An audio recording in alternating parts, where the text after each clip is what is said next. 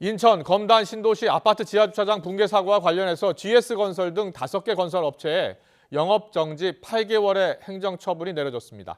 GS건설은 어제 서울시에서 영업정지 1개월 행정처분을 받은 데다 추가로 다음 달 또 1개월 영업정지 처분을 받을 가능성이 있습니다. 취재기자 연결해 들어보겠습니다. 이승윤 기자. 네, 경제부입니다. 네, 국토부가 GS건설을 비롯해서 5개 건설 업체에 영업정지 8개월 행정처분을 내렸죠. 네, 그렇습니다. 국토부는 GS건설과 동부건설, 대보건설, 상하건설, 아시아 종합건설 등 5개 건설 사업자에게 영업정지 8개월의 행정처분을 부과했습니다. 이번 처분은 관련 규정에 따라 법조계와 학계, 업계 전문가로 구성된 행정처분심의위원회 심의와 당사자 청문 절차를 거쳐 결정됐습니다. 심의위는 중대 과실로 부실 시공을 해 시설물의 주요 부분에 중대한 손괴를 발생시켰다며 사망사고가 없는 부실 시공에 대해 최고 수위의 행정처분을 내린 이유를 설명했습니다. 현행 시행령에는 3년간 제재 이력이 없으면 1개월 감경할 수 있다고 명시가 돼 있지만 원희룡 당시 국토부 장관은 감경 요인은 없다고 잘라 말한 바 있습니다.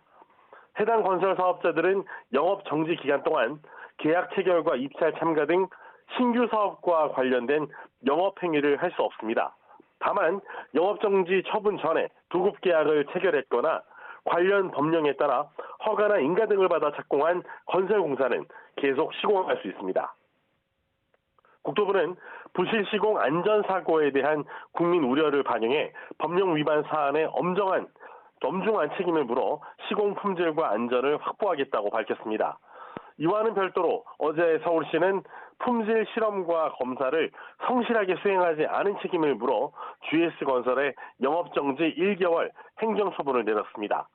이 역시 최고 수위의 제재인데 다음 달 서울시는 안전점검 불성실 수행 혐의에 대해서도 청문회를 열어 추가 행정처분을 결정합니다. 여기서 또다시 영업정지 1개월 행정처분이 내려지면 GS건설은 모두 10개월의 영업정지 처분을 받게 됩니다. 지난해 4월 인천 검단 신도시에서는 아파트 공사 중에 지하 1층 상부 슬래브가 무너져 지하 2층 상부 슬래브까지 연쇄 붕괴됐습니다. 건설사고조사위는 이 전단 보강된 누락과 콘크리트 품질 저하, 지하 주차장 상부의 초과 하중에 대한 조치 미흡을 원인으로 진단했습니다.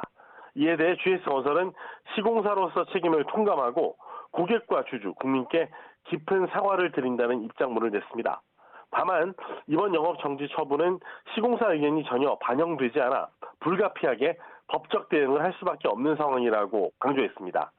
GS건설은 영업정지 기간이 수용 가능한 범위를 넘어선 만큼 법원에 효력정지, 가처분을 신청한다는 방침입니다.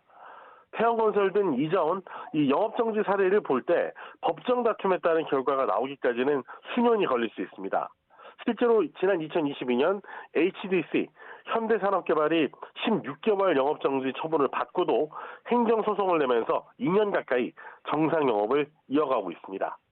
지금까지 경제부에서 YTN 이승윤입니다.